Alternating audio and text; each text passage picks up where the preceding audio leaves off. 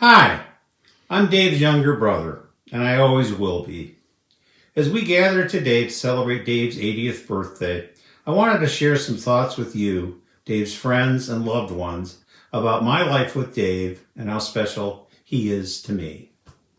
80 years is a lot of ground to cover, so I'm going to narrow things down a bit and focus on about 10 years of time where Dave played several different but very important roles in my life. I was born in November of 1951 and was the fourth and youngest son of Ruth and Jim Mitchell of Deerfield, Illinois. As you can guess from this picture, I arrived at the tail end of an already well-established family. Roles and relationships were pretty much set by the time I arrived. As the youngest, I had a path to follow that was set by those three guys ahead of me. The first steps on that path were determined by my wardrobe. As the youngest of four, I wore hand-me-downs. I didn't have clothes bought for me until I was in 5th grade.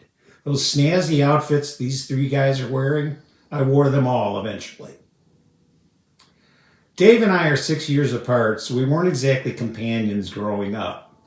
Our first opportunity for a really different kind of relationship came after Dave graduated from Deerfield High School in 1964 and went to Millikan University for a year.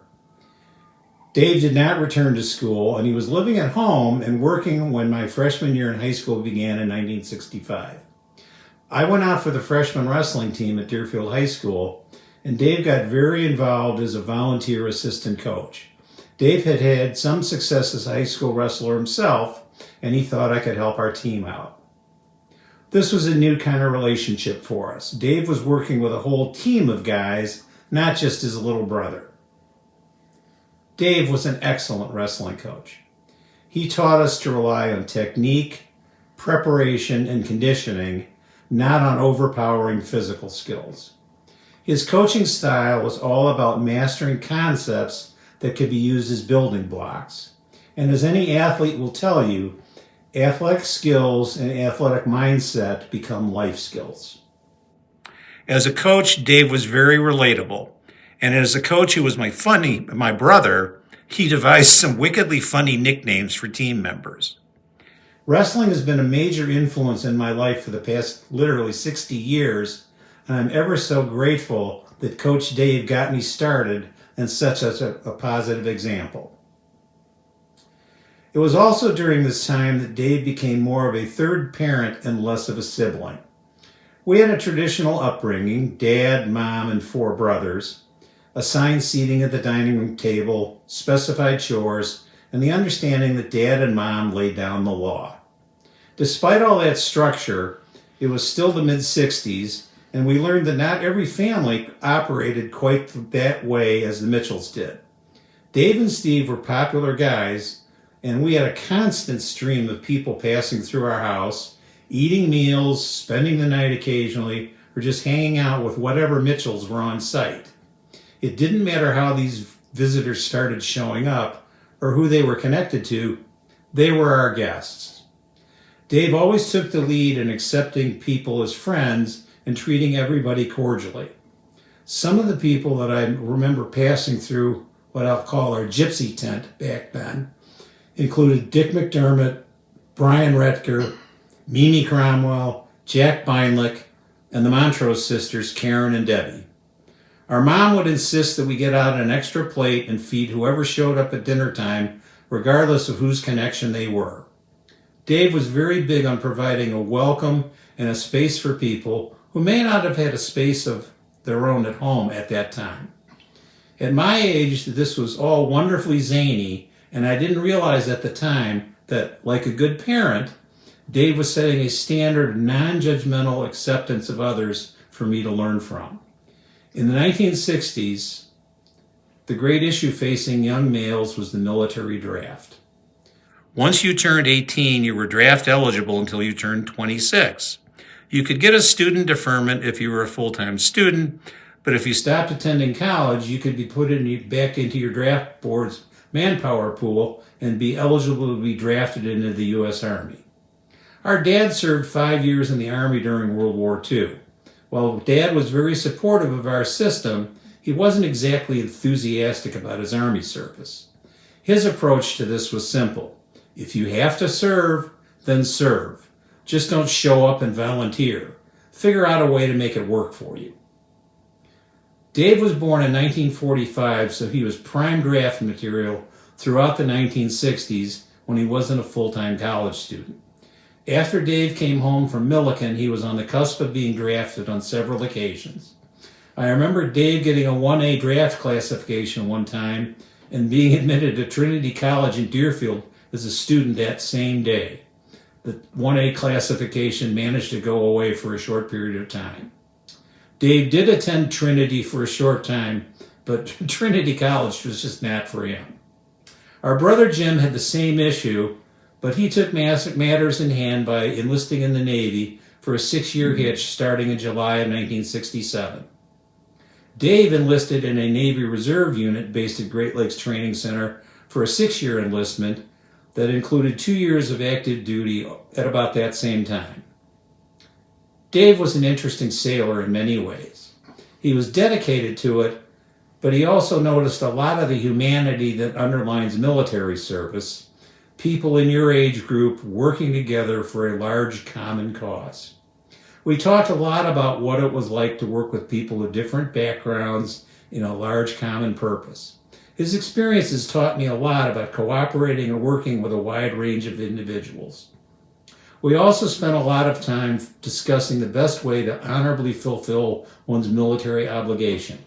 I think we boiled it down to answer when called, but be careful about stepping forward. Dave did have some funny observations about his life in the military. For a number of years, he attended a monthly, weekend reserve drills at Great Lakes Naval Training Center. Dave became a payroll and finance specialist. Since his unit had duty responsibilities only during deployments, his Great Lakes weekends feature a lot of making coffee for the career chiefs in his unit and listening to sailors' stories. Dave's lasting observation about Navy service was to teach me the difference between a fairy tale and a sailor's story. As we all know, a fairy tale always begins with, once upon a time. A sailor's story always begins with a furtive look around and the admonition, now this ain't no shit. Our brother Jim had a varied Navy career that included blue water duty as well as brown water time in Vietnam. Jim's service yielded the best Mitchell family observation about military service. After several weeks of basic training at Great Lakes, Jim was finally permitted one phone call home. Our dad was excited to speak to him and blurted out, "What's basic training like?" Jim dryly replied, "More like home than you'd believe." Trained as a payroll and finance specialist, Dave spent 2 years from 1968 through 1969 on active duty defending our great country at Roosevelt Roads in Puerto Rico. Following Dave's Navy service, it was time to start preparing for the future, which now included studies in accounting and finance. Dave returned to the United States and spent the spring semester at the University of Iowa with Stevens and I. That semester was very chaotic at Iowa. There were a number of campus disturbances, and the university actually closed up 3 weeks early. At that point, Dave was a serious student, unlike Steve or I, and Iowa made no sense for him. Dave returned to Deerfield and decided that living there and attending college would be a better way forward. Dave attended UIC for several years and obtained his undergraduate degree in accounting around 1972. It was during this time that our relationship morphed again to become more or less contemporaries. I can't say for certain, but I think Dave had a hand in any number of my underage visits to Gus and Romans in Highwood, as with visits to South's Roadhouse in Wheeling. Dave was very good at not letting things get out of hand. He kept an eye on things and behaved responsibly and taught me to do so also. But Dave was very understanding when it came to love life advice. He helped talk me through a high school sweetheart romance, various campus romances, and let's just call it other female entanglements. Dave was always a gentleman, and he taught me that a girl doesn't have to be a girlfriend to be a friend. Our family's friendships with various Deerfield girls were proof of respect and acceptance for the girls we spent time with. At that time, Dave was the only guy I knew of who slept on a waterbed, so I thought his romantic advice and role modeling was pretty cool. It was at about this time that the famous jumping tree episode happened. One night, Dave drove out to visit the Montrose house in Riverwoods, which is in a beautiful wooded area west of Deerfield. He had to call our dad in a panic and admit he had hit a tree and damaged a family car. When Dad pressed him for the cause of the accident, Dave blurted out, "The tree jumped into the road." Dad didn't buy it. Dave Mitchell has been my brother, my coach, my mentor, my contemporary, and my lifelong friend. Happy birthday, Dave. I love you. Thank you for everything.